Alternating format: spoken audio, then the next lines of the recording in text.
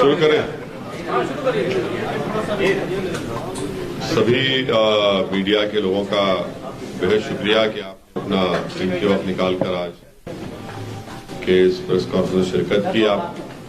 आपको ये बताना चाह रहा हूं कि आज हमारे साथ भागीदारी परिवर्तन मोर्चा के कन्वीनर जनाब बाबू सिंह कुशवाहा साहब और रामचरण कश्यप साहब भी हैं और डॉक्टर अयूब साहब हैं जो पीस पार्टी के अध्यक्ष हैं, सदर हैं।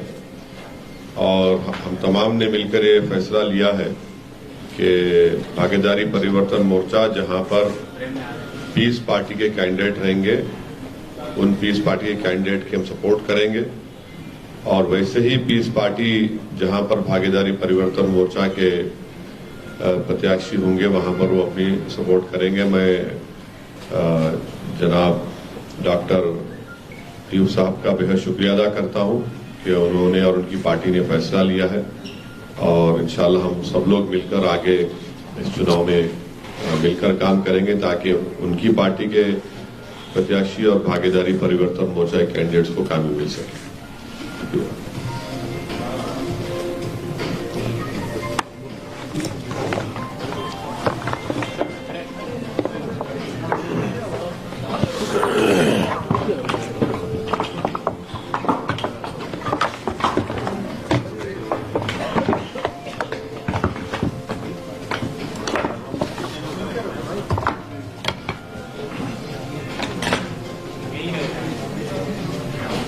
सभी बंधुओं का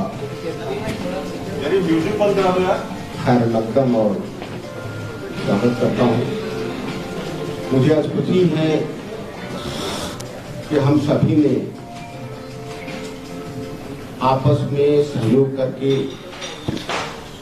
एक मजबूत विकल्प देने की कोशिश की है और ये कुछ फैसला लिया है कि भागीदारी मोर्चा के जहां प्रत्याशी होंगे, हमारे प्रत्याशी नहीं रहेंगे, वहां पीस पार्टी उनका समर्थन करेगी और जहां पीस पार्टी के प्रत्याशी होंगे वो भागीदारी मोर्चा उसमें समर्थन करेगी। ये हम सभी ने फैसला लिया है और मैं समझता हूं कि आने वाले 2022 के चुनाव में हम मजबूत विकल्प की तरह से उभरेंगे। जो भी अभी जो बचा हुआ है सीटें जहां चुनाव होना है और इसी फैसले के साथ मैं समझता हूं कि हम लोग एक मजबूती के साथ चुनाव में आएंगे इंशाल्लाह। आपकी पार्टी के कितने उम्मीदवार? अभी टोटल उम्मीदवार तो अभी होने हैं, अभी फैसले नहीं ले सकते और मुझे लगता है कि करीब 50 के आसपास पीस पार्टी के उम्मीदवार अभी हैं।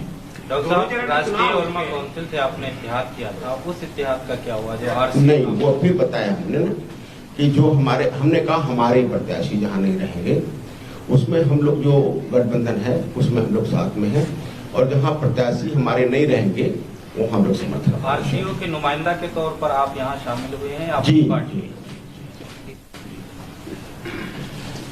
डॉक्टर साहब, इस पार्टी की तरफ से इधर हैं, हम सब ने ये बैठ के तय किया है कि जहां भागीदारी परिवर्तन मोर्चा के प्रत्याशी नहीं होंगे, पीस पार्टी के प्रत्याशी होंगे।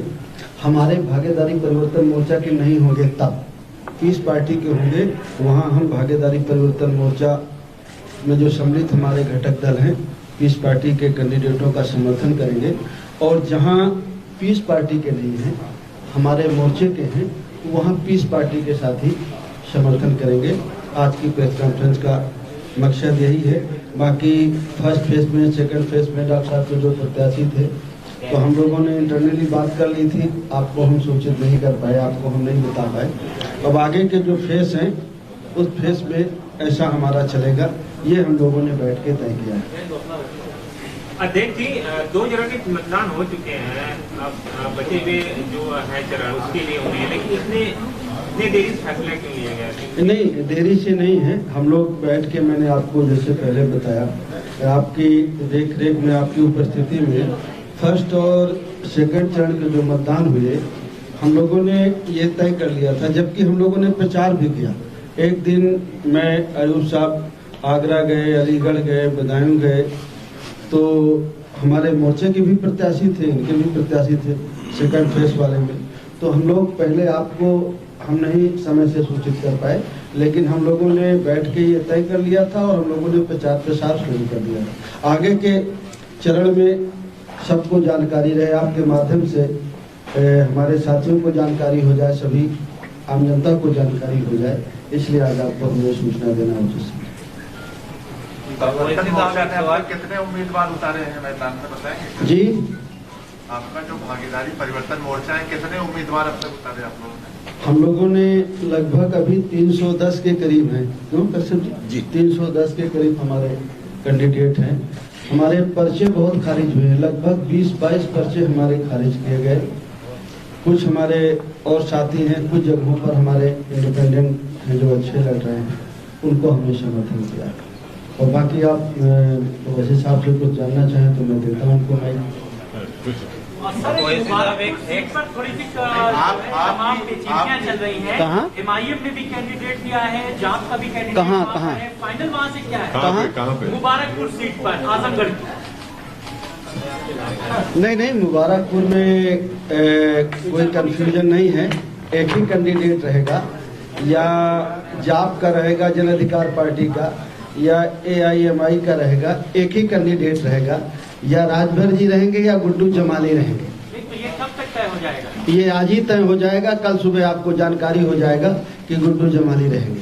हो गया ना अभी जल्द हो गया ना, आपको मिल गया ना, गुड्डू जमाली रहेंगे। आपको मिल गया, चलिए एक सवाल सर, अब आपको जवाब मिल गया, गुड्डू जमाली रहेंगे, बाबूजी ने। सर एक सवाल होता है हाँ। कि जन अधिकार पार्टी से कितने लोग मैदान में उतारे गए? बाबूजी ने कहा अभी आपको कि टोटल 300 तक बताया उन्होंने। हाँ 300। आपकी पार्टी के कितने? उसमें एमआईएम के तो 100 हो गए अकेले, 100 से ज्यादा एमआईएम के। ना 100 नहीं हुए हमारे।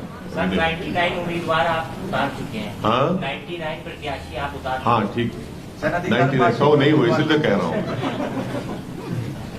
सर दूसरे मरहले के बताएंगे आप कितने हुए? क्या हुआ? सर दूसरे मरहले के इंतखाबात पोलिंग हो चुकी है, ऐसे में आपका बयान आता है कि हिजाब वाली इंशाल्लाह प्राइम मिनिस्टर बनेगी। आपको नहीं लगता कि एक खास कम्युनिटी को मुत्तहिद कर रहा है इस तरीके की बयान? और प्राइम मिनिस्टर जाहिर है कि उत्तर पूरे इंडिया में आपकी बात सही है। आप मैं तारीफ करता हूँ आपके सवाल की। हम ही मुत्तहिद किए थे 2019 में, हम ही मुत्तहिद किए 2017 में, हम ही मुत्तहिद किए 2014 में।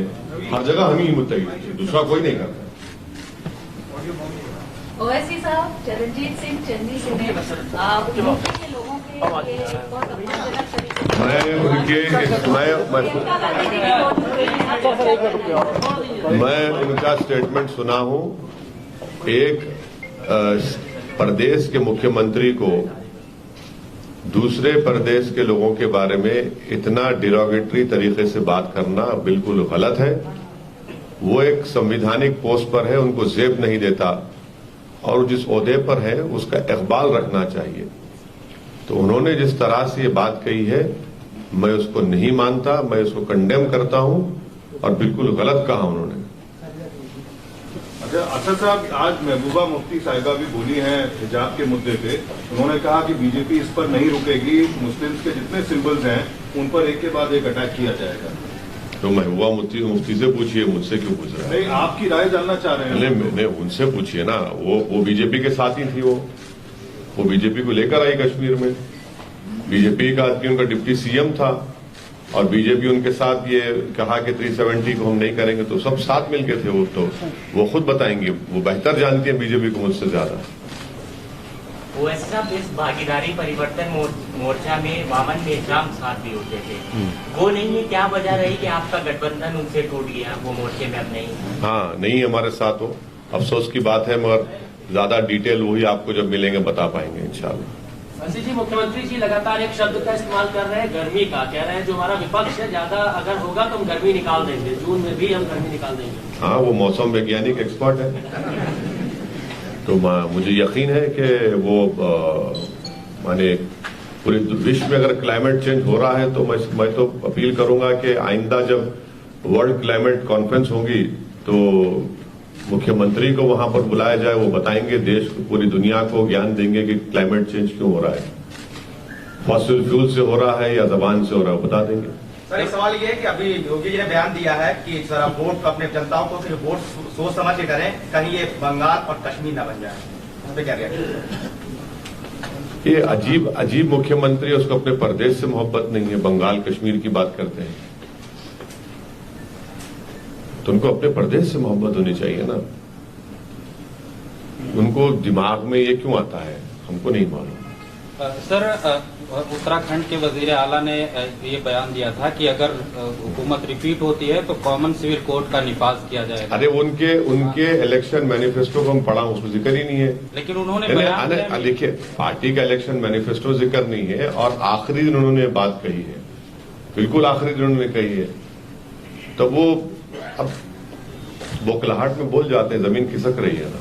और पहले चरण में मतदान प्रतिशत देखा गया कम है, दूसरे चरण में देखा गया क्या, तो ये क्या जनता का गुस्सा है जो इतना कम हो रहा है, या कुछ लोग बता रहे हैं कि पॉजिटिव वेव में कि ये लोगों का उत्साह है कि जो लोग वोट बढ़ चढ़ के दे रहे हैं, वोट प्रतिशत बहुत कम आ रहा है 2017 के चुनाव, पहला चरण और दूसरा चरण? नहीं तो वोट परसेंट तो ठीक ही पड़ा है। पहले फेज पे मुझे लगता है 3-4% कम हुआ, और सेकंड फेज पे भी कम हुआ। तो ये तो नाराजगी है कि उत्साह है? देखिए, ये तो मैं मानूंगा ये हम पॉलिटिकल पार्टियों की भी कुछ कमी है, और जो इलेक्शन कमीशन है उसकी भी कमी है, कि जो हमें प्रचार प्रसार करना चाहिए, जो लोगों को हमें जागरूक करना चाहिए, वो हम नहीं कर सके। और कुछ उदासीनता भी लोगों की हो सकती है पॉलिटिकल सिस्टम से, क्योंकि जो गवर्नमेंट थी, खास करके जिस एरिया में चुनाव हो रहे थे, किसानों का बड़े पैमाने पर विरोध था, गवर्नमेंट के खिलाफ थे, तो वो भी एक रीजन हो सकता है।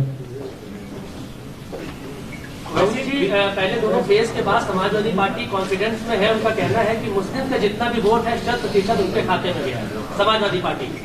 अच्छा, दूसरे समाज का नहीं गया? दूसरे समाज का नहीं गया?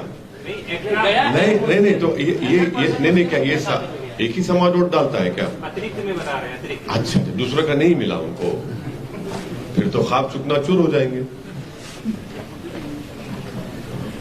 ओके सर, बहुत बहुत शुक्रिया, थैंक यू सर।